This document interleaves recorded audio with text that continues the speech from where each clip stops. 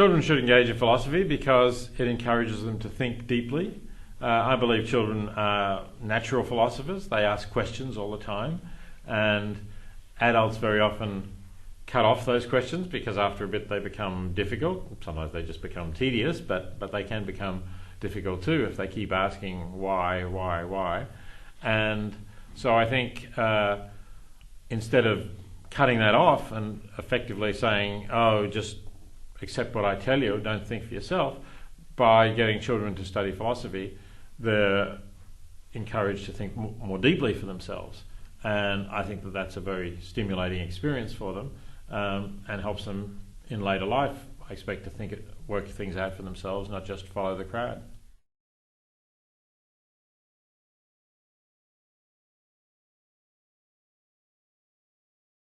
Well, I think educators should try to encourage children to think more deeply and to think for themselves. And depending on what age the children are, it may be that you're just drawing out something, a natural curiosity that is in them.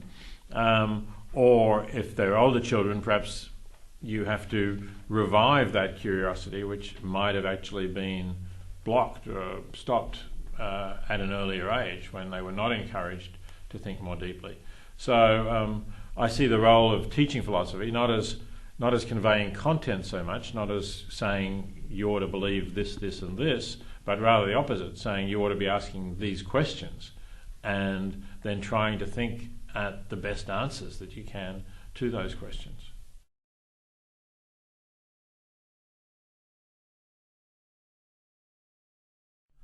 The website is really aimed at parents who have children asking philosophical questions, which is something that happened to me and it's happened to my colleague that I'm setting up the website with, who's got young children. I think a lot of parents are a bit flummoxed by these questions. They don't really know how to respond, and they do get sometimes a little impatient with the questions. And we want to set up the website so that parents can share experiences and say, well, this is what my child is asking. How do I answer? I tried to answer this way.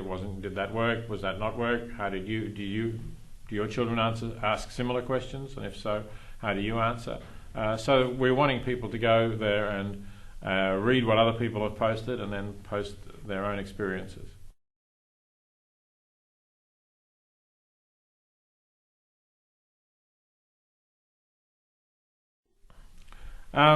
Well, certainly I think educators can play a similar role, because educators, if they're teaching children philosophy, they'll no doubt talk to many children and have many of those questions, and perhaps talk to the parents of those children as well. So they can also share experiences, and they can encourage children to think more deeply. They can encourage children to look at what's on the website too and to think about whether those answers are satisfying to them.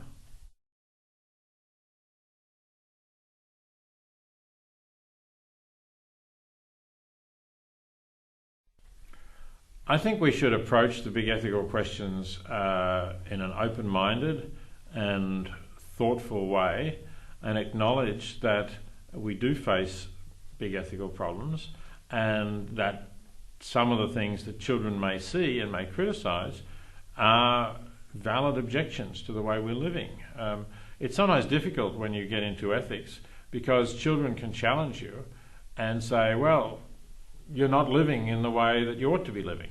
And that can happen on a whole range of different questions, but some of the major issues that I've worked on would be things relating, for example, to global poverty, where when children are old enough to realise that there are many people extremely poor and we're very wealthy in comparison to them, and we're not doing very much to help them, then children can question about what we say about we should always help people. Well, why aren't we doing more to help these people in need?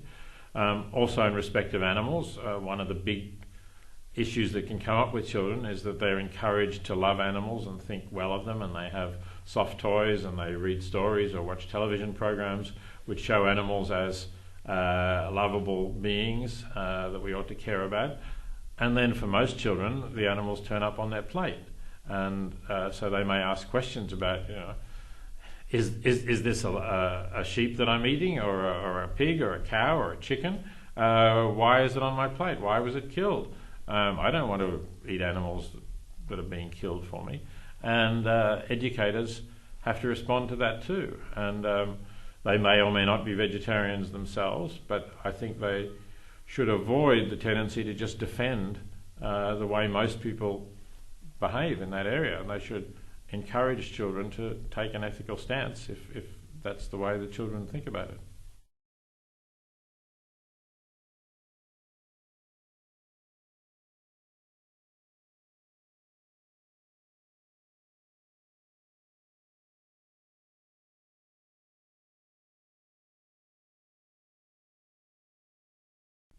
I've followed it to some extent, yes. And I think, especially in a society like Australia, which is not a particularly religious society, it's an excellent thing to teach ethics just as an approach that doesn't presuppose religion in any way.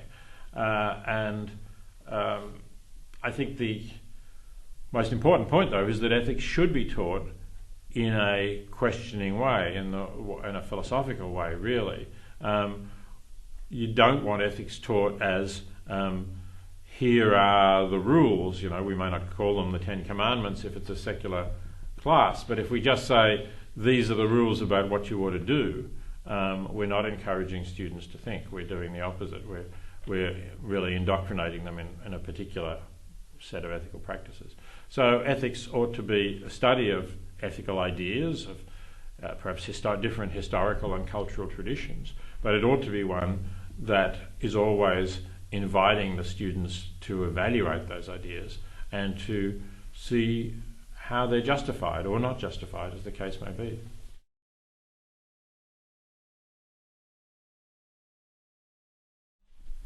Oh, I think philosophy in Australia is generally in a healthy state. I mean, obviously, when you talk about philosophy in Australia, you can be talking about very different things. As an academic, I think to most academics, they would be thinking about, you know, how strong are the philosophy departments in our universities? Are they getting plenty of students? Are they being properly funded? Are their researchers doing good work?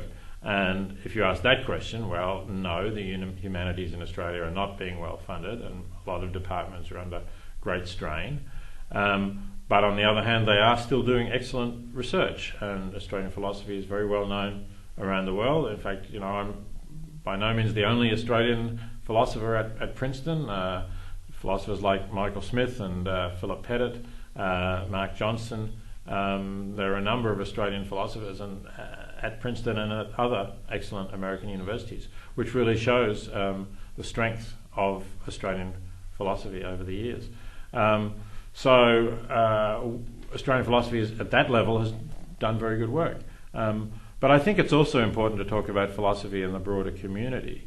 And I think there's still a long way to go, though it's been interesting to see how general audiences respond to philosophy, and you do get very good audiences for philosophical events, whether it's a philosophy cafe style event or a debate. Say I've done debates about things like the existence of God, or whether there can be ethics without religion, that have filled the Melbourne Town Hall, you know, a couple of thousand people. So there's a lot of interest in that, and it's good to see that.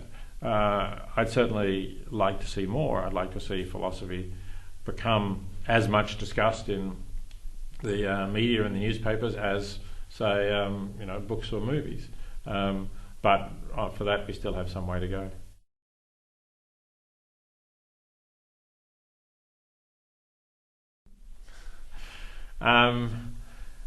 I suppose for me, the pressing issues are the big ethical questions about whether we can really take a long-term perspective about the world, the issues that are raised by climate change, for example. What do we owe to future generations, and how should we think about the way we're living and consuming and emitting greenhouse gases, given what we know about what that's likely to do to the climate of our planet.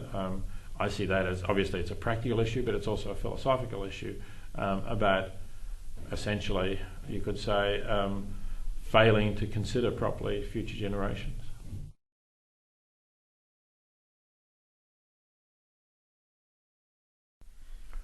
I think philosophy can continually prick people to think about these longer term things. We live in a society that bombards you with short term suggestions, often things like, buy this, do this, and people think about what am I doing today or this week, how can I earn enough money to go on the vacation that we want the family to go on, or to buy this or that. And philosophy really ought to try to get people beyond that level of very short-term thinking and get them to think about what do I really want to live for? How do I want my life to go? What do I want to achieve with my life? What will be a fulfilling and rewarding life for me? So I think it's that it's the Socratic question really, how would I to live, that I think philosophy ought to keep asking people.